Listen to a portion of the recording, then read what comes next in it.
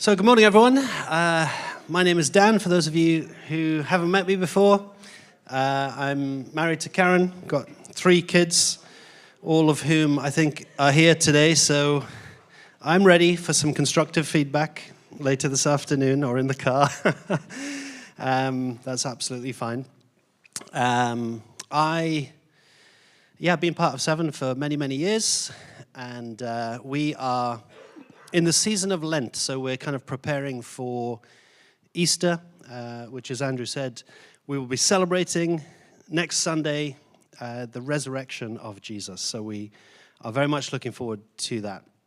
And some of you may have given something up during this season. I haven't really given anything up unless ice hockey counts. Some of you may have been following along some of the resources that are available. The podcast series, The Desert Trials, which I have to admit, when I first saw, I thought was The Desert Trials. And I thought that was somehow more fitting with the theme of Lent, given what some of you have given up. But it's been fantastic and great to kind of process this season together and try and prepare our hearts for Easter. Today is Palm Sunday. In the kind of church calendar, Christian calendar, it marks the start of Holy Week, which is the final week of Jesus' life before the cross and resurrection. And it's the day when we remember Jesus' entry into Jerusalem. And churches all around the world will be celebrating this and marking it today. Some will even be kind of reenacting the scene that we're going to be looking at together. And we're going to look at that story together first.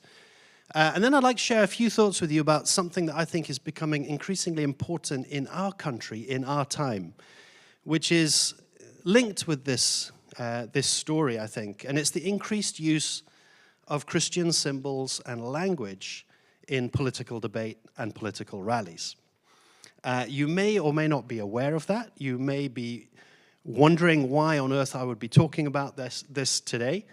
But there's a few reasons why I want to talk about it.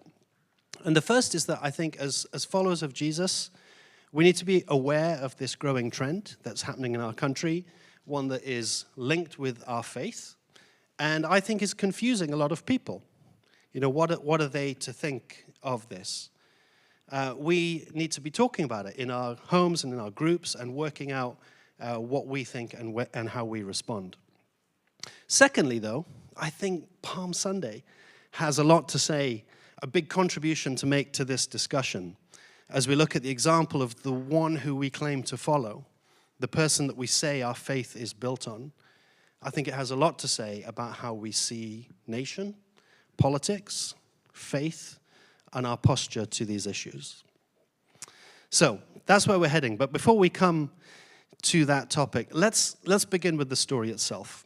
It's in all 4 of the gospel accounts of Jesus' life, which tells you something about the importance with which the writers saw this moment. I've chosen Matthew's account, so Matthew chapter 21, verse 1 to 11. And if you'd like to follow along with me on your phones or in your Bibles or on the screen. It's an incredible moment and a vivid picture. As they approached Jerusalem and came to Bethphage on the Mount of Olives, Jesus sent 2 disciples, saying to them, "Go to the village ahead of you, and at once you will find a donkey tied there, with her colt by her. Untie them and bring them to me. If anyone says anything to you, say the Lord needs them, and he will send them right away." This took place to fulfill what was spoken through the prophet. "Say to daughter Zion, see, your king comes to you, gentle and riding on a donkey, and on a colt, the foal of a donkey." The disciples went and did as Jesus had instructed them. They brought the donkey and the colt, and they placed their cloaks on them for Jesus to sit on. A very large crowd spread their cloaks on the road, while others cut branches from the trees and spread them on the road. The crowds went ahead of him, and those that followed shouted, "Hosanna to the Son of David! Blessed is he who comes in the name of the Lord. Hosanna in the highest heaven." When Jesus entered Jerusalem, the whole city was stirred, and asked, "Who is this?" The crowds answered, "This is Jesus, the prophet from Nazareth in Galilee." And Matthew's account of the day ends there, but Mark's account of the same story tells us that Jesus entered Jerusalem and went into the temple courts. He looked around at everything, but since it was already late, he went out to Bethany with the 12. Which is, I think, about the biggest anticlimax ever, right? After all of this celebration and this big scene and welcome, he goes back to where he started. And then the next day, he comes back into the temple and turns over the tables and causes this big rumpus. But let's rewind, because just before this story, there's a period where Jesus has been healing people. He's even raised Lazarus from the dead. He's been teaching, and momentum has been gathering. Attention has been increasing on this figure. And he's told his disciples that they're going to be heading to Jerusalem. He's also said several things about how he is going to die. He seems to have a very clear purpose as he enters this final week, that they're going to Jerusalem, and he knows where this road is leading him. But his followers had clearly not really understood or comprehended what he was on about. So they make the final stretch of the journey together from Jericho, which is down on the plain, up through the dusty hills of Judea. You cross the summit at Bethany and Bethphage, these two villages at the top, and then you're onto the Mount of Olives. You can still make this journey together. And as you come down the Mount of Olives, you have the city of Jerusalem laid out in front of you with the walls and the gates. And you come down into the Kidron Valley and you enter the gates of the city. And Jesus apparently is ready for this moment because he's made some arrangements. He's sent for the donkey. This must have surely been a kind of a prior arrangement, I think, unless, it was just something weird and miraculous going on. He had probably arranged with the owner of the donkey that it would be collected, it would be picked up at some point. And that's because he knows the ancient prophecy about the Messiah, which is written in the book of Zechariah. And he makes a deliberate arrangement to fulfill it. "Say to daughter Zion, see, your king comes to you, gentle and riding on a donkey, and on a colt, the foal of a donkey." So Palm Sunday is best known for this incredible and jarring visual of Jesus being welcomed and celebrated by crowds of people sitting on a donkey. They're waving branches, which wasn't something new. Previous leaders who had entered the city and had rescued the city from its oppressors had been greeted in the same way. But they're also putting cloaks down on the road, which isn't something that you'd do for anybody. You don't throw your cloak down and get it all dirty just for a mate or just for family. It's something you would only do for royalty. So they're making a clear statement. On top of that, they're singing, "Hosanna to the Son of David. Blessed is he who comes in the name of the Lord." They were greeting him as Messiah. They sensed that this was the moment they'd been waiting and praying for, a king like David who would save them from oppression, a Messiah who would free their nation from Roman occupation, a strong, victorious, military kind of leader. And they would have seen plenty of Roman military parades. Some people even speculate that the Roman governor may have been entering the city from another direction at the very same time. He would have been mounted on a war horse. He would have been leading a legion of troops as a demonstration of power. Peace through strength was the Roman promise. The biggest and best equipped military in the world. Might sound familiar. But Jesus hadn't come to conquer by force. He had come to start a kingdom.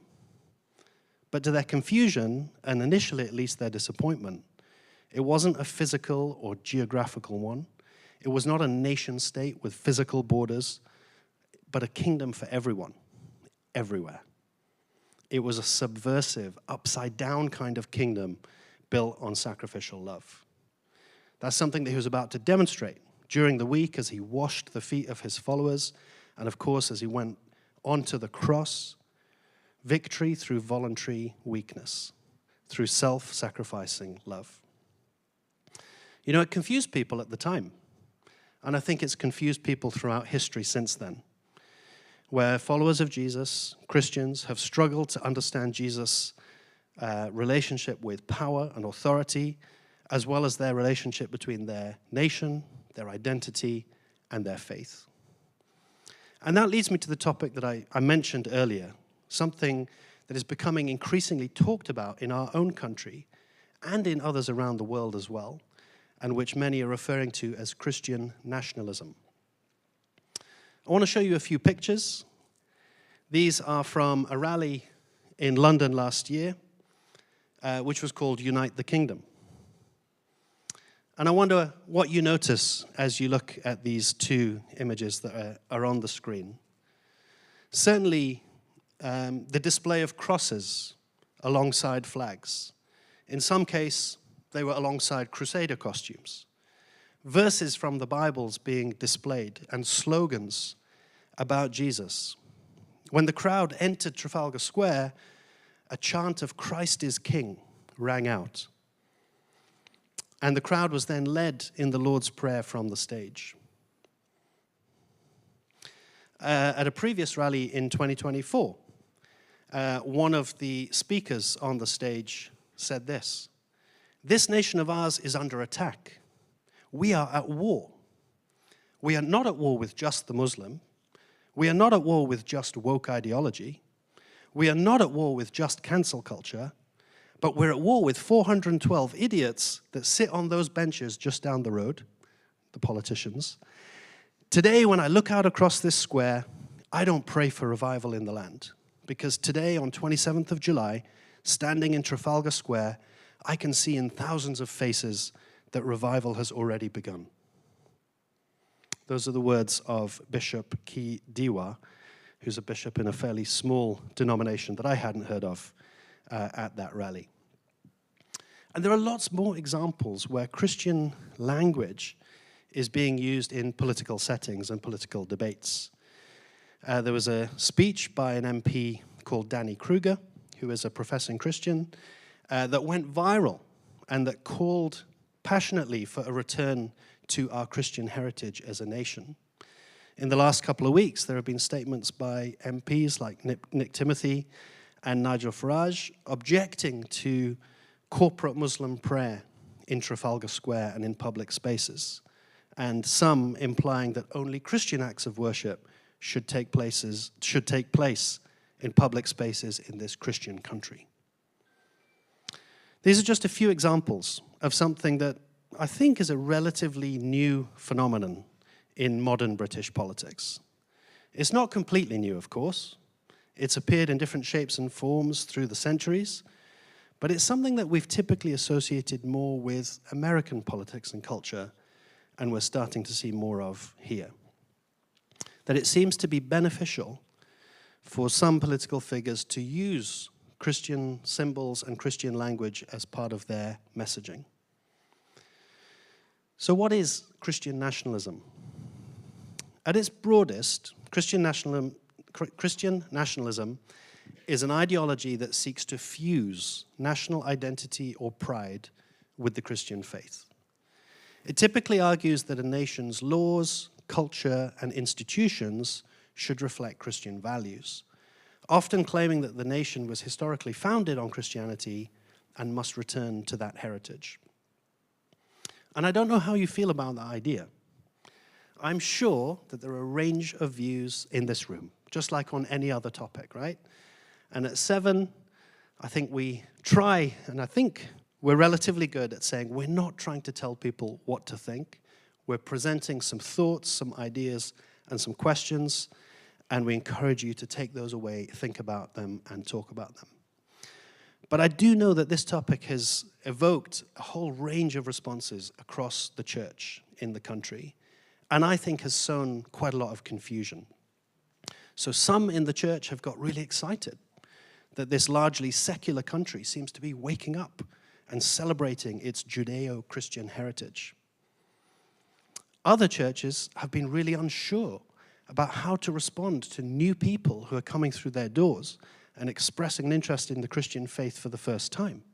You know, they want to be excited about that, but then they hear people expressing a motivation around defending the country or protecting our Christian heritage from other views or cultures. Some have just been upset by these scenes. A lady in our small group was very upset one week where a good family friend of hers had attended a rally. She simply couldn't understand how somebody that she loved and respected and had a strong Christian faith could be associated or could attend a rally which in her mind was, at best intolerant, if not explicitly racist. A group of bishops in the Church of England and church leaders released a statement condemning the co-opting of Christian symbols to divide people. And I'm really not an expert on this topic. I don't have all the answers, so please see what I share as the start of a conversation, some thoughts on this. There are some resources that we're putting on the webpage that will accompany this talk as well that you can dig into if you would like to. But I wanted to share a couple of thoughts from kind of what I've read and learnt about this, and then a few points about how I think we might respond as followers of Jesus to this complicated issue. And the first thought to share is that the relationship between faith and national identity is clearly a complex one, right? Love of nation can sometimes be a really good thing. I don't have a problem with people being proud of their country or proud of their flag. But those who follow Jesus also belong to a community that transcends national borders. So we need to think about what it means to be a citizen of a nation and followers of Jesus who are part of a universal church and part of humanity where Jesus has broken down the dividing walls, in the language of Ephesians chapter 2. Secondly, Christian nationalism, if we want to use that term, is more than just one thing. People hold their identities and thoughts as Christians and as Brits or Americans or Ghanaians or anything else in different ways, right? So Pete Linus from the Evangelical Alliance has done some really good writing on this and depicted 4 orientations of Christian nationalism, which will come up here on the screen. And they are each kind of denoted by where the capital letters sit in the words Christian nationalists. So the first group are confessional Christian nationalists, capital C. Here the core commitment is to the Christian faith itself, and patriotism flows from this. They may love their country deeply, but they interpret that love through the lens of discipleship and of their faith. So the emphasis is on the word Christian. The second group are cultural Christian nationalists, small c, small n. And here, Christian is more about heritage than belief. So they might really value church buildings, and carols, and the kind of moral tone of Christian Britain, even if they rarely attend services or practice a personal faith themselves. The third group are the classic Christian nationalists, capital C, capital N, where both faith and nation are held with equal passionate force.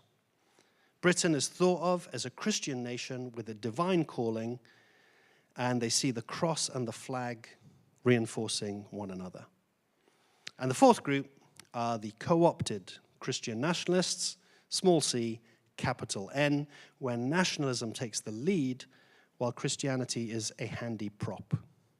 So church language or symbols are used to bolster British identity or resist perceived threats from the outside, but personal faith is very much optional. So I found those quite helpful, not to kind of pigeonhole people or box people in, but as a reminder that, like any term, when we use a term like Christian nationalism or nationalist, it is more than one thing. So how can we respond to this challenge in our time?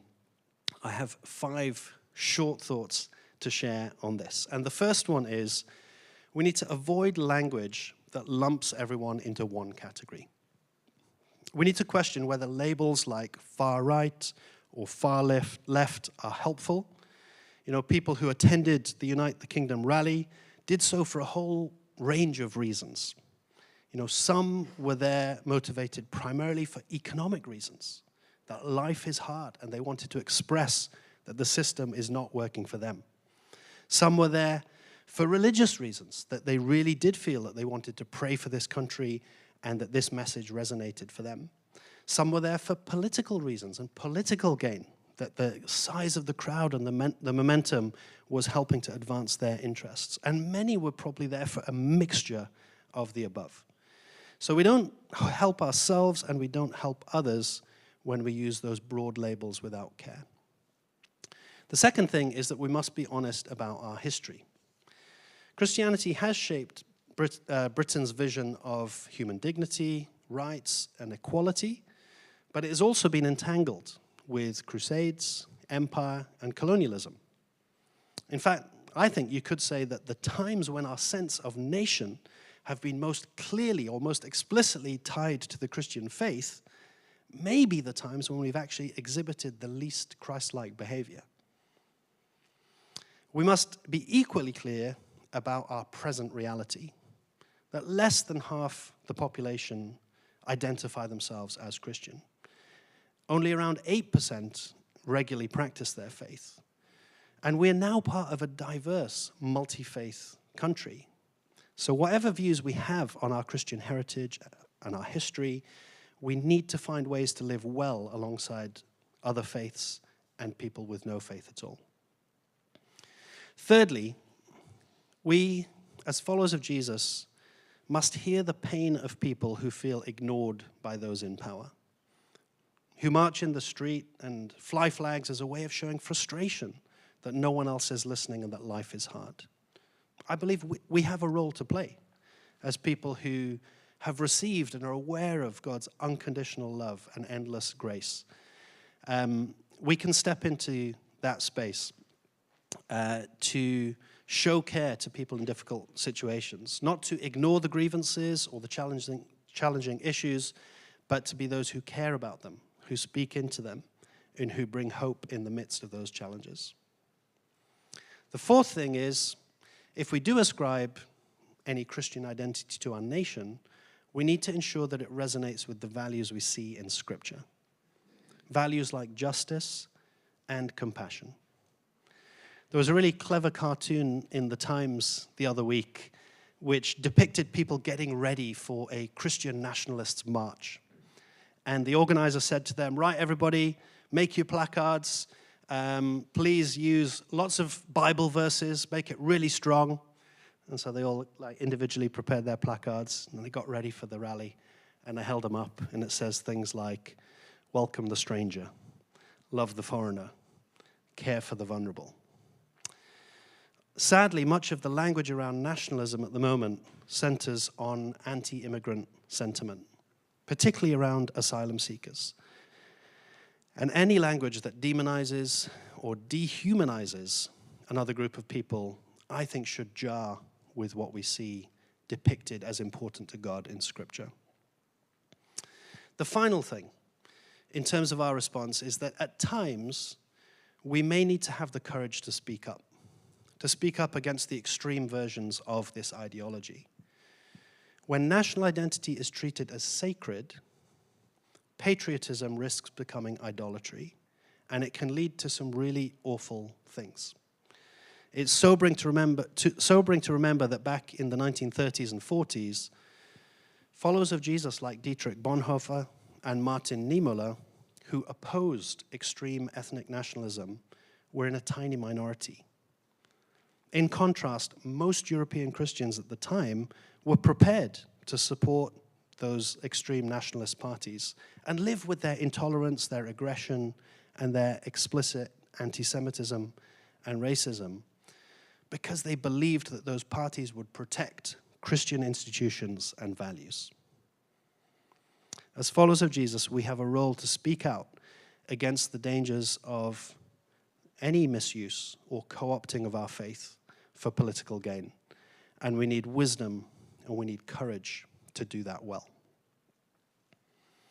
So, this stuff is a bit heavy and it's complicated, isn't it? I know that I felt quite concerned and worried about it. I've been a bit nervous about sharing these thoughts with you today, and I don't know what it kind of brings up in you as you listen. But language and symbols and different parts of our identity are really important to us and to any society. We just need to think about whether our views align with the teachings and the way of Jesus. And this brings us nicely back to Palm Sunday. Because Palm Sunday calls us to examine our loyalties. That image of Jesus entering the city invites us to consider, will we follow the humble king? Will we choose sacrificial love over power? Or will we try to impose the ways we think Jesus should be bringing his kingdom? The crowd that day were excited about his arrival. But they missed what Jesus was really doing because they had a preconceived idea of what it should look like. The crowd in Trafalgar Square were excited, and they were right when they chanted, "Christ is King." You know, Christ literally means anointed one, king. But he wasn't the kind of king people expected back then and apparently today as well. When Jesus was tempted in the wilderness, he refused the offer of all the kingdoms of the world and instead set out to build something different. A kingdom that looks more like a mustard seed, starting small, growing behind the scenes, or like yeast in the dough, spreading and influencing and enriching in ways that are often unseen. So this Palm Sunday, we remember our King entering Jerusalem on a humble donkey. And as we think about our nation and our faith and how we hold those ideas together, let's find our hope in him as he shows us a better way. To finish, I'm going to put up a few questions for reflection on the screen and just give you 3 or 4 minutes. We'll have some music playing in the background. It'll just be a time of quiet. If you want to pull out your phone and jot down any thoughts that come to mind, or a pen and paper, you're welcome to. If you want to just sit with your eyes closed, you're welcome to. But these are the questions that I would love us to reflect on. Where might you be missing Jesus because you have a fixed idea of what he should look like? Where might you be looking for Jesus to do things your way, to ride in and be the sort of king that you want him to be? Where can you sow into the upside-down kingdom?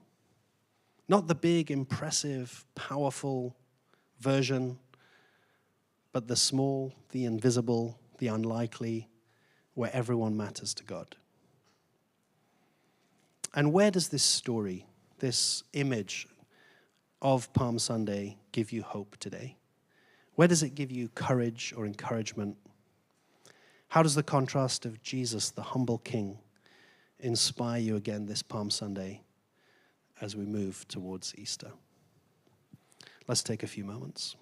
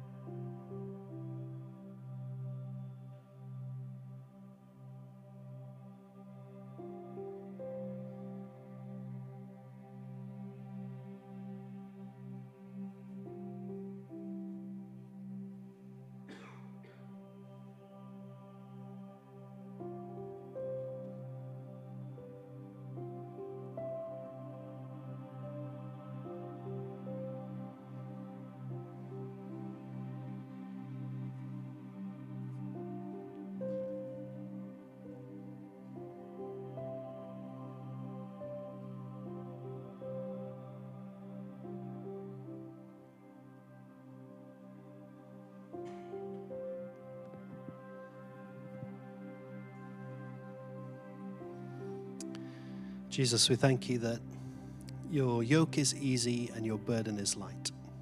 And as we've thought together today about some challenging questions, Lord, I thank you that you offer us peace and that you inspire us. Lord, thank you for your radical example. Thank you that your example is in such contrast to the world and to those around us and even to ourselves, God. And we ask that you would fix our eyes on you this week, Lord, as we think about the events of Holy Week, the cross, and as we look forward to celebrating your resurrection. Thank you that we follow an amazing King.